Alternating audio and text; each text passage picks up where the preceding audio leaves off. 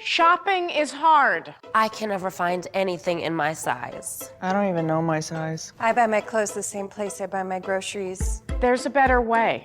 Make it easy with Stitch Fix. Just share your size, style, budget, and done. Your personal stylist sends pieces picked just for you. That was easy. Stitch Fix. Online personal styling for everyone. Free shipping and returns. No subscription required. Get started today at stitchfix.com.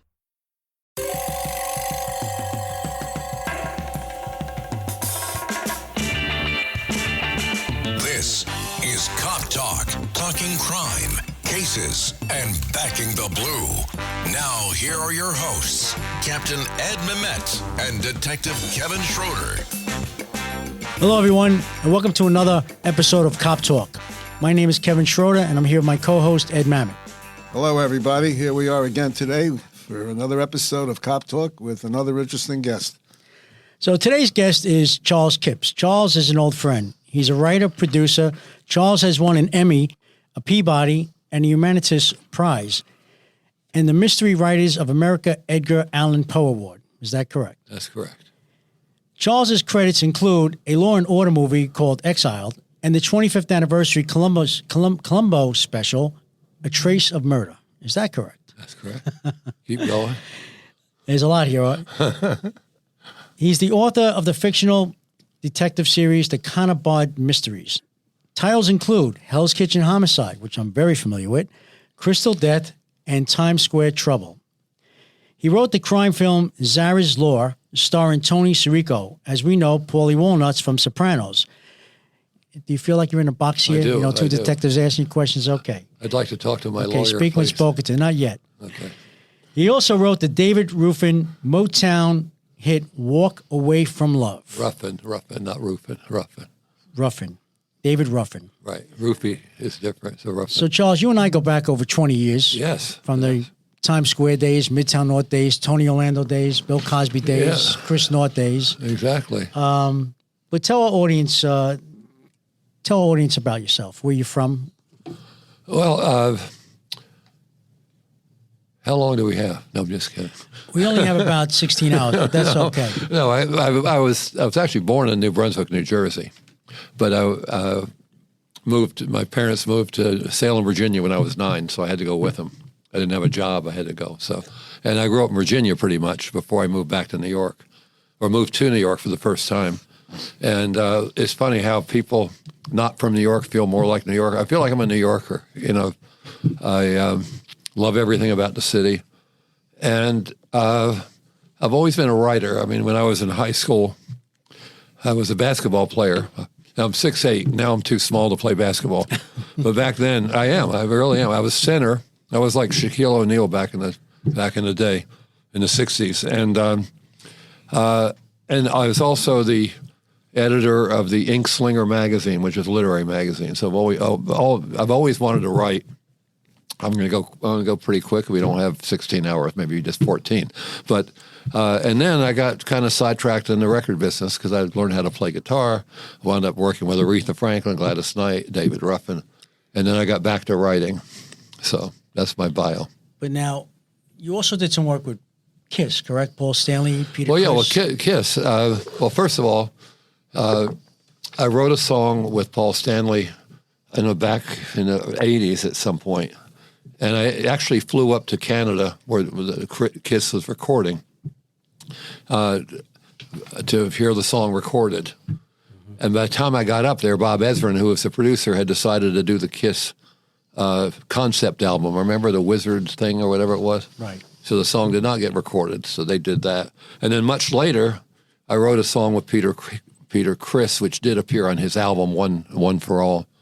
And so those two guys, I never met. Well, I guess I met the other members, Ace Frehley, but I don't, not really. I mean, I knew Paul Stanley. Know Paul Stanley. I know Peter Criss. Yeah. Okay. I know half a Kiss. What about the song The Hustle?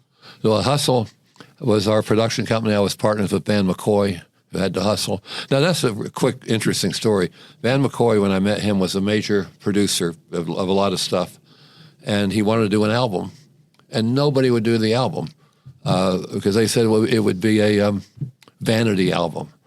and because he's a fantastic singer. And then they didn't want to do him as a singer. He actually did albums with Mitch Miller. Remember Mitch Miller? So anyway, long story short, which is now longer just by saying that, I finally talked to Hugo Peretti and Luigi Creatore, and they said, okay, we'll do an album. So they had Avco Records. So anyways, they did an album, and The Hustle band had already written 10 songs for the album. I went out one night, went to a disco called the Adam's Apple, because somebody said, go see The Hustle, whatever, or the Spanish Hustle. Across the street from Dangerfields. Was it? Yeah. So I go there, and I see these people doing this dance. I was like, this is unbelievable. And I went back to Van. I said, Van, because he's in a Ramada Inn on 48th Street, which is now something else, Hilton. And I told him about the dance, and he was a genius. So he just wrote The Hustle about 2 o'clock in the morning for a 10 o'clock in the morning session. So it was the 11th song, which then became the hit. Wow. So that's why one of the reasons I left the record business, besides the fact that I'd rather be writing, I like writing. I like writing movies and film and television, is we used to get asked just to record somebody. But then one day a guy called me and said, I won't even get into the artist. I said, sure, but first you have to come in. This is like late 80s. You have to come in. And I wound up, instead of being given the job, I had to explain what I was going to do. And then they said, well, you have to do demos first, piano vocal. Mm-hmm. So I took the artist in, did piano vocal demos. I thought they were great. Came back, I had to play them for 12 people. And then one guy said, well, I don't know if that's a hit. And that really pissed me off. I said, well, I don't either. Mm-hmm. Nobody knows what's a hit. And, nobody knows anything, even in the movie business, So basically, that's when I said, okay, I'm really done. I can't deal with the corporate nature of making music. So now, what was your favorite award that you received? My favorite award was the award from Midtown North Detectives that I got. I'm serious. That I got at the Rockefeller Center. Right. That was my second room. Yeah, Rainbow Room. It was a fantastic night. I mean, I was like, wow, this is really, really cool. I have a plaque with the shield in it. And my second favorite award was the Retired Detectives of New York Award. I love that thing. Yep, statue. A statue of a beat cop. So yeah, those are they were thrilling to me because they basically were saying, okay, we recognize your attempt to have people, whatever, but at least your attempt to try to get it right when you write stuff about cops. Absolutely. Because to me, I mean, I hate it when I watch cop shows and it's so completely wrong. It just drives me nuts. Yeah. How did you get involved with writing about cops and crime? Okay, that's a very interesting question. It's a great question. So I said to myself, okay, how am I going to make the transition from songwriting to writing? And so I said, okay, number one, I have to get a job as a journalist, so I got a job at Variety. Because I had a friend who covered me when I was in the record business, and he thought I was crazy. I said, no, give me a job as a freelancer, and then I had a regular job after that. And I said, what's the second thing I need to do to become a writer? Go to Elaine's restaurant. So I started hanging out in Elaine's. I met Jerry Giorgio at Elaine's. I met all these cops at Elaine's. And I suddenly was immersed in the world of cops and, of course, celebrities and everything. And did you actually sit at Elaine's table, or did you sit? No, actually, this is a funny story. I came in the first night and I sat at the bar. Elaine and I became very good friends, but I sat at the bar and I looked over there and I saw Norman Mailer. I saw all these writers with Elaine against the wall. And I said, how am I ever going to get over there? So I came back a second night and I was looking at the table and Elaine went like this. And I went like this. And she went, asked me who I was. And from that moment on, I was always at Elaine's table, the family table, I used to call it. Yes. A big table. But, I mean, it's cops. It's wise guys. I mean, not too many wise guys, or at least. and there's writers, but the cops used to love it up there. Yeah, Bratton used to spend his time. Bratton. Yeah. I remember when Giuliani said, "I don't like my cops going to a place like that." Yeah. And so I went up to Elaine's that night. She said, "What does he mean, a place like mine? What does exactly. he mean?" Yeah, John Miller also used to spend his time there. I got to know John Miller up there. And she was very good friends with George Steinbrenner, and who's also pro that's the law other thing. enforcement. I never was going to Yankee games much until I met Elaine. I probably went 3 or 4 times a year. Every time was in George Steinbrenner's box. And then Steinbrenner would come after the game and hang out with Elaine. And what was surprising, then one of the years that they won the league championship, he came by himself to celebrate with Elaine, And I remember him saying, we were talking about football too, he said, there's one way to have a winner. It's disgraceful you don't have a winner in football, and that's spend money. Yeah. So that was Steinbrenner. He was a character, and he waited on Elaine. Elaine would go, Elaine, can I bring you anything else? Elaine, and running around. That was amazing that they had such a relationship like that. You've written other books besides Cops, correct? Yeah, well, I wrote a book that? about Hollywood. That was my first book. It was and then let me say, I wrote a book about Hollywood, which was when I was at Variety actually, and it was Pride and Prejudice in Hollywood, but Out of Focus was the main title of the book. But then the next book I wrote was, I have to say this too, Ed. I wanted to write fiction, cop fiction, and everybody said, forget it. You can't write, fiction is hard to sell. And then, of course, I ran into Kevin, and I said, I need some help. And he helped me, and I sold it to Simon & Schuster. Right. So, yeah. Hey, guys, finding the perfect gift for the food lover in your life is easy, thanks to Goldbelly. Goldbelly ships America's most iconic foods straight from world-famous restaurants right to your door. So if you want to treat someone to Joe's Stone Crab from Miami, Franklin Barbecue from Texas, or desserts from famous foodies like Ina Garten or Martha Stewart, Goldbelly has you covered with free shipping anywhere in the country. Just go to goldbelly.com and for a limited time, get 20% off your first order with promo code GIFT. That's promo code GIFT. ChatGPT Plus is free for college students through May. Here's the thing. You've got a lot to do between now and then. Studying for finals, writing papers, trying to keep your life on track. And ChatGPT can help with all of it. It can quiz you for your econ exam, make a study guide from your French notes, plan out your meals and study breaks. It can get really specific on how you like to learn. It can even help you come up with ways to stop procrastinating. So from now until summer break, take advantage of all the ways ChatGPT can make your life easier. Restrictions apply. Ladies, you'll end up shopping for your guy's deodorant, right? So try Degree's Original Cool Rush. You see, last year, Degree changed the formula, and men were mad. One guy even started a petition. So Degree admitted they messed up and brought the Original Cool Rush scent back. It's clean, crisp, and actually smells like someone you want to cuddle. And it's in Walmart, Target, and other stores now for under $4. So toss one in your cart and find out why it's the best-selling men's antiperspirant for the last decade. Degree Cool Rush is back, and it smells like victory.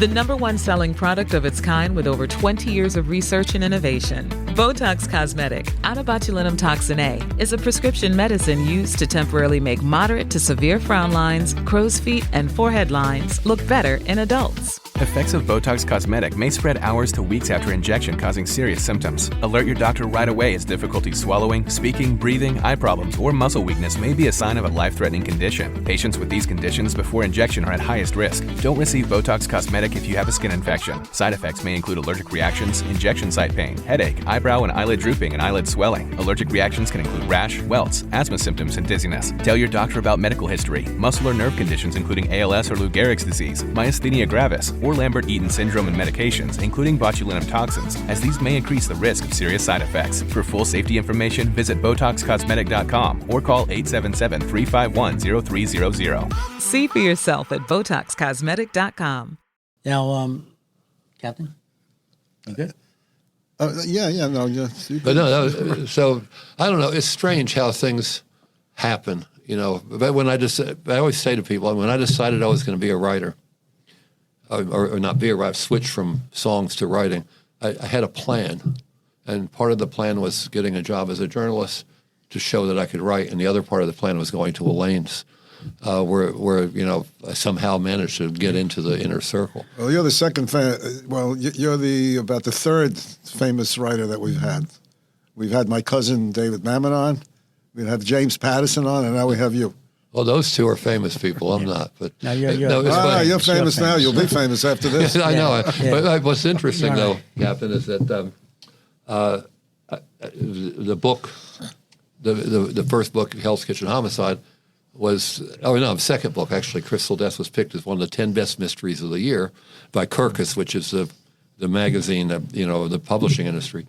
And I looked at the list, and I said, I don't belong in this list. There was like all these people, Lee Child. I mean, the list went on of all these famous writers. But anyway, so now I'm going to be famous.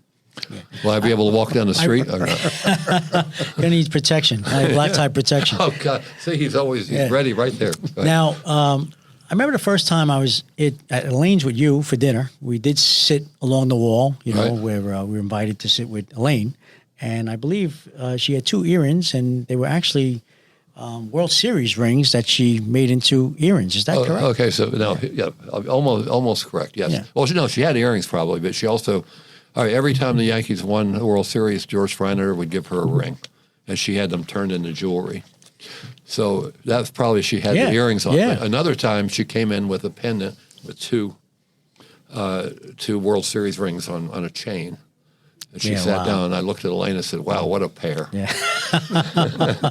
So that's awesome. No, but I mean, she gets a World Series ring every time. Oh, and then when I go with her, this to me is still amazing. The car would take us right up past this, past that, past this, right up to the door. Yeah. And we go into private entrance. And Steinbrenner's suite right up top. Go right up into the suite. Beautiful. So. Let's talk about Times Square, Charles. You lived in Times Square for many years. Yes. I don't know many people that do live in Times Square, but I know you did live in Times Square for many years, and you've seen it change. You've seen it go from Disneyland to Disney World to really what it was before Giuliani took over, which was, stepping over crack vials in, Times Square. What's your take on how Times Square has transpired into what it is today from when you were living there? Well, I mean, obviously, I'm not an expert, but I can definitely give you my take. All right, by the way, I started coming to New York in 1970. I actually wrote Walk Away from Love sitting at the Ramada Inn, staring across 8th Avenue at the Court Hotel, people going in and out. And I thought, that's a busy place, but that was obviously a hooker place. Yep, absolutely. And Times Square was a nightmare then. Now, I'm not sure who gets the credit for this, but at some point, Bratton and Giuliani and that whole crew came on board, and then the broken window thing, right? Right. And the quality of life, and then all of a sudden I saw it change. Whether it was organic, I don't know how it changed, but it changed. Yeah. And then all of a sudden, it just flipped back like a switch, and I think it's partly because of this. I mean, I hate to sound political because I'm not really, but the soft on crime stance. There's no real consequences for doing anything anymore. You can even shoplift stores. You can do all this. You can do anything you want, and you probably get let out. Right. So I think it's the fact. I think the idea of arresting people. For example, I've never jumped a turnstile.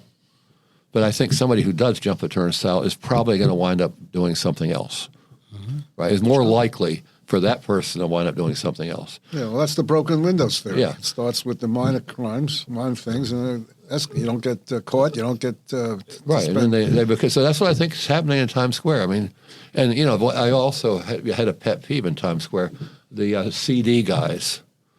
And they're criminals. Buy my CD. I mean, here you want free music. And then the tourist stops. Right. What's your name? Kevin. Here you are. Oh, thank you. They start to walk away. No, I mean, a donation. They call it a donation to get away with it, right? And then they start to keep walking away. Next thing you know, they're surrounded by their friends. No, yeah. And they extort the money. Right. Now, there was also a shootout with the Midtown South guy. Remember, with that guy at the Marriott? He pulled a gun, one of the CD guys. Right. You're right. Had a shootout. So I don't know. It's just those guys... I know it's hard. It's hard being a cop because if you go out there, you work your tail off, and then you get arrested. You finally arrest a guy, and next thing you know, you see he's being let out or something. It must be, who wants to be a cop? At this point in time, it's a rough job. It's such a noble job, but the way cops are treated these days is just disgusting. Right. don't you think? You're also a songwriter. Yes. Can you tell us about that? Okay, so when I was 9, I took lessons at Ridenhour Music School. I learned to play the guitar because my mother made me do it. I like it. So I started writing songs, and that's how. So all right, so how I got in the record business. These are interesting questions, Captain. Thank you. I was walking down the street in Washington, D.C., and I heard a song come out of a window, 5, 10, 15, 25, 30 years of love. And I said, wow, I was 20. I said, that's unbelievable. So I go inside, there are 3 African-American guys, one on the piano and 2, and they're singing this song, and they had written it. And I said, maybe I can do something with that. And they're looking at me like scrawny white kid, 3 seasoned black guys. And so I convinced them to let me take it to New York and see what I could do. But now, before that, journalism again helped me. I got a job at the Salem Times-Register when I was in high school and college. And I remember I was reporting on stuff like Kevin Schroeder's back fence fell down from the hurricane and had to be repaired. That was always. So I said, can I do something else? We have Roanoke Valley Civic Center here. Let me interview these guys. So he said, okay. So I interviewed Herman's Hermits, Mitch Ryder, Detroit Wheels, Sam and Dave. I interviewed all of them for this little local paper had these. Mickey Mantle interviewed. That's another story. But anyway, so I kept all the business cards of the managers. And so when I had this tape in my hand of these guys, a little mono tape, I made a call to the Ray Ranieri, I think his name was, manager Mitch Ryder, Detroit Wheels. Remember them? Yeah, sure. And he said, I don't really do R&B, but why don't you call Ron Mosley at Sussex Records? So I picked, these are the days when things work. I pick up the phone cold. I don't know the guy. All I say is Ron Ranieri told me to call. He said, come up, let me hear it. Jump on a train, play it. That's a hit. Let's do it. We bring in Van McCoy, and that was it. I was in the record business. Wow. So it was because I heard the song. But nowadays, I don't know how young people even get in to see anybody. Because those days, the A&R guys would even go out. They'd go out, hang out. Now they live in the ivory tower. So anyway, so that's how I got into music. And that lasted 10 years. And I mean, Aretha, Gladys, Melba Moore. It was an unbelievable ride. You gave us your opinion before about what's going on with the police and why police work is not what it used to be and how things are bad. How would you turn things around if you had the power to do it? See, that's he asks great questions, Kevin. I'm sorry. He does. I gave them to him, but yes, he does. I am in the box. I feel like you're in the box. Well, we do have a producer who helps us. We do. In the box. We do. So, Joe came up Diamond, with yes.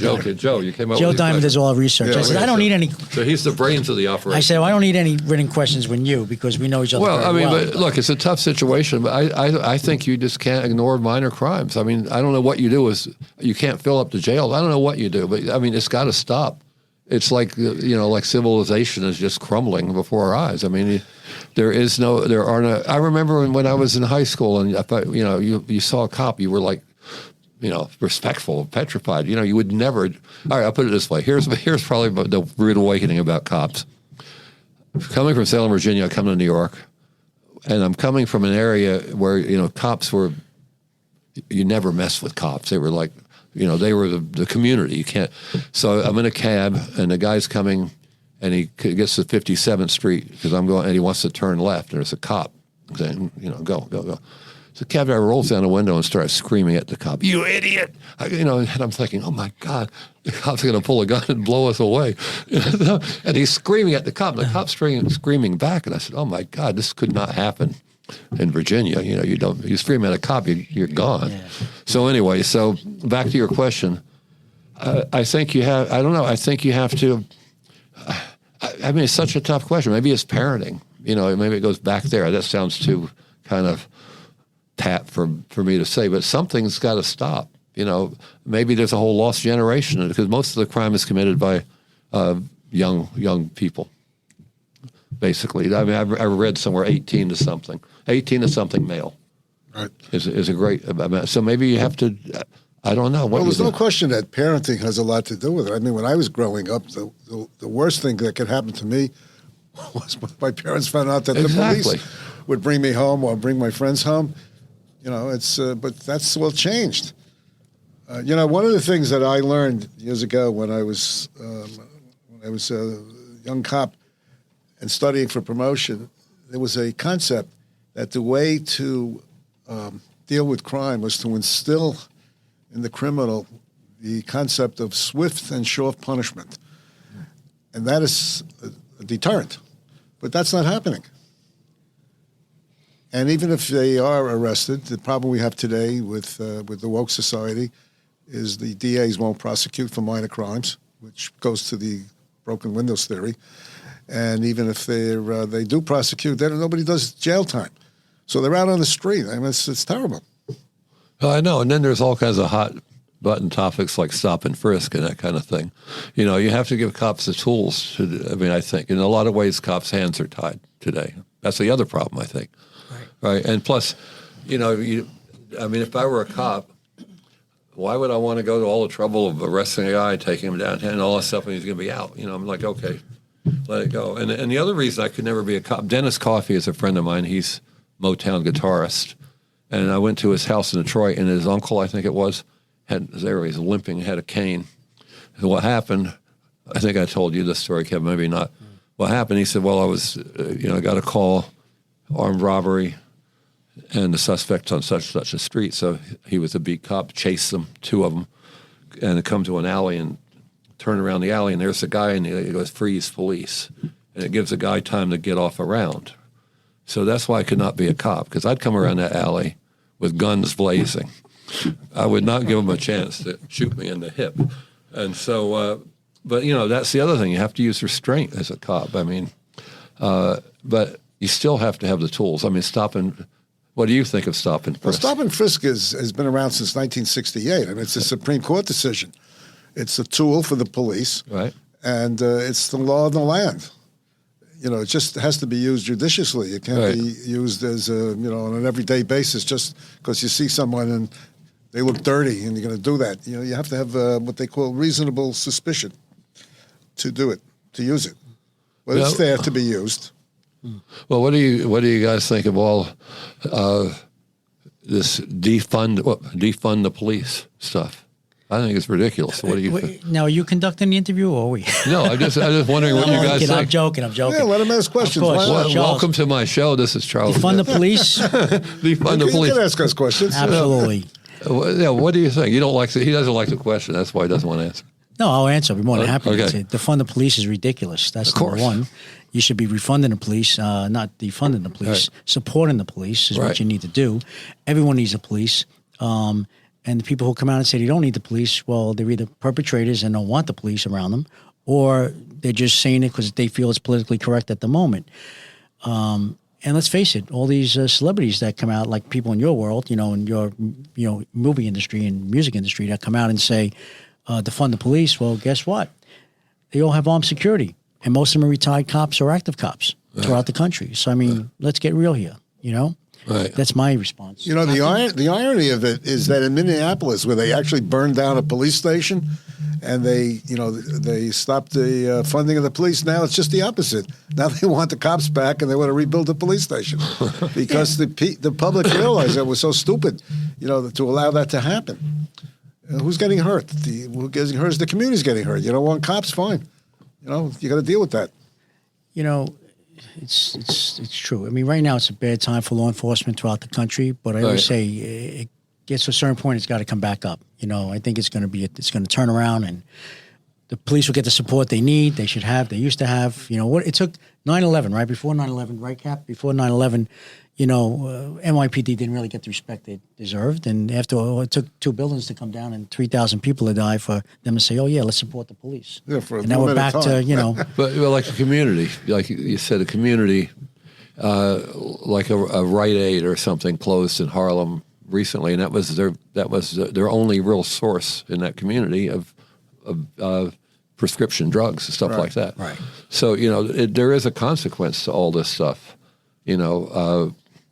I just don't know. That was a good question. Ask me what would I do. It would be hard. I mean, I'd start with the broken window thing, I think. Well, that brings my next question. If you were the mayor of New York City, or if you were the police commissioner of NYPD, what would be? I'm not the commissioner. Well, I always thought you were, by the way. Still waiting to get promoted, Charles. Go ahead. Yes, that's right. But what would be your first point of business once you got in office? What would you do to help the crime situation in New York City? Well, I mean, like I said, I think I'd reinstitute the whole broken window concept, and I think I would do a lot of, outreach, like Paul Valerga, who's here, did outreach in the community as a deputy inspector. So I don't know. I think you try to reach the community somehow. I think you do the broken window thing, and it's somehow. But like you said, Captain, the biggest concern growing up was if my parents found out I got arrested, it'd be terrible. No, right. I mean they just don't care. Now the parents are saying, "Don't arrest my child. He didn't do anything wrong. He just killed 2 people." So, but what I would do is start with a broken window, and do as much education. Remember, there used to be a lot of NYPD ads about. Remember there was a whole PSA, public service announcement campaign about. Doing the right thing back in the 70s, 80s. Mm-hmm. I do more outreach to try to stop the cycle, the cycle of crime, and it's just scary. How about putting people in jail and keeping them there? I would love to do that. I mean, I'd say after the 46th arrest, I think you stay in jail. Yeah, right? It's time. No, but seriously, some of these guys, Kevin, you read that he's been... Well, we have another bizarre situation here. You know how many cop killers have been paroled in the last few years? It's terrible. Disgrace. It is. Horrible. Clorox Sentiva smells like grapefruit. Cleans like Clorox. And feels like...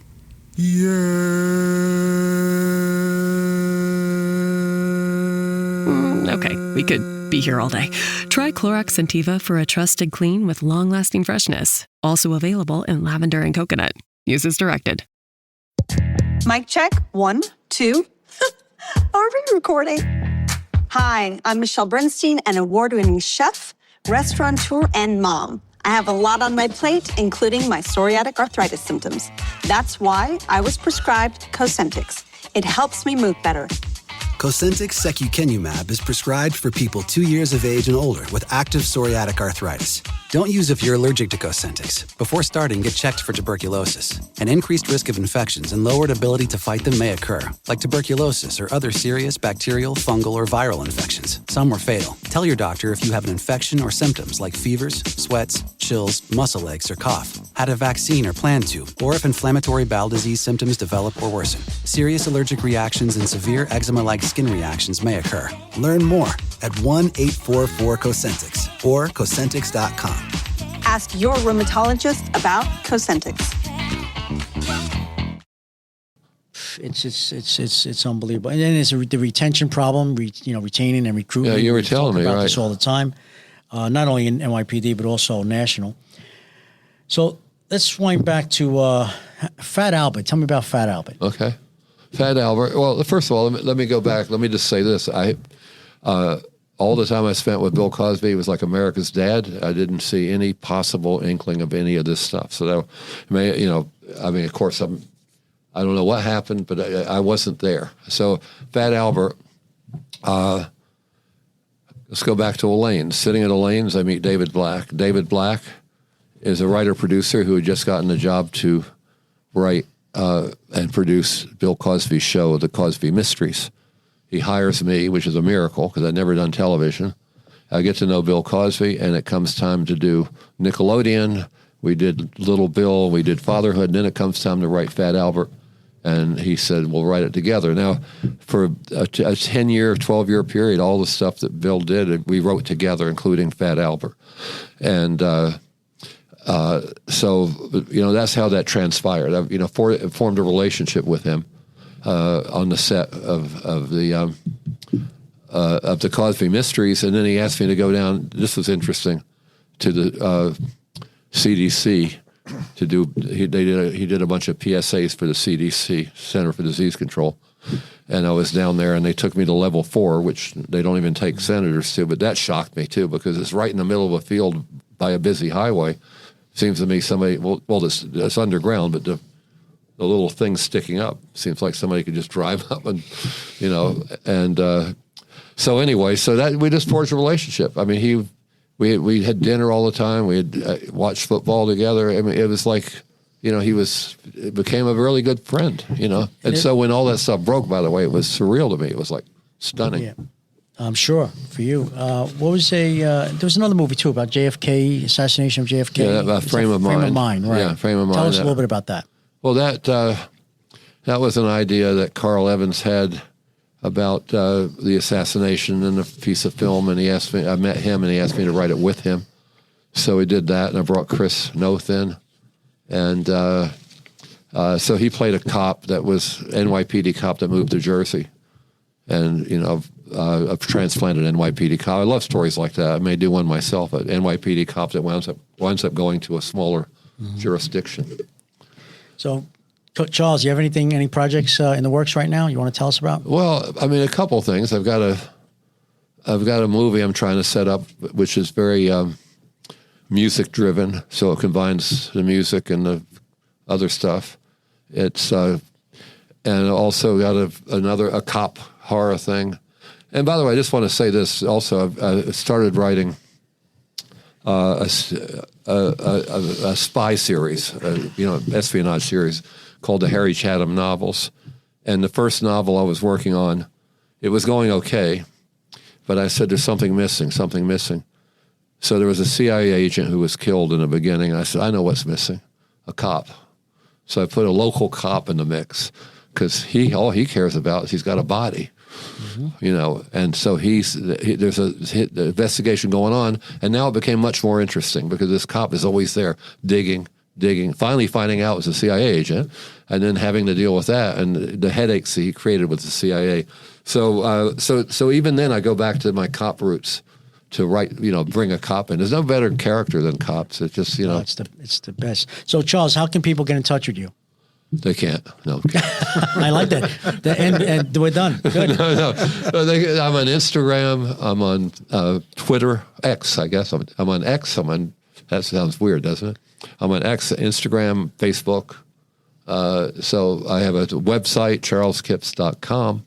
Great. So there's a lot of ways that they can call you, and you can call me. Yeah, sure, absolutely. Or call the captain. Or call captain, my supervisor. Yeah. Charles Kipps, our guest today, everyone. Thank you so much, Charles, for being here today. I know you're a very busy man. You're trying to write the captain's life story, and that may take a long time. With that said and done, I'd like to thank everyone for listening to another episode of Cop Talk.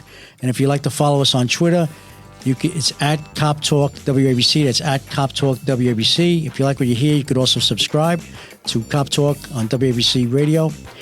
Until the next time, God bless America, God bless the NYPD, and stay safe out there.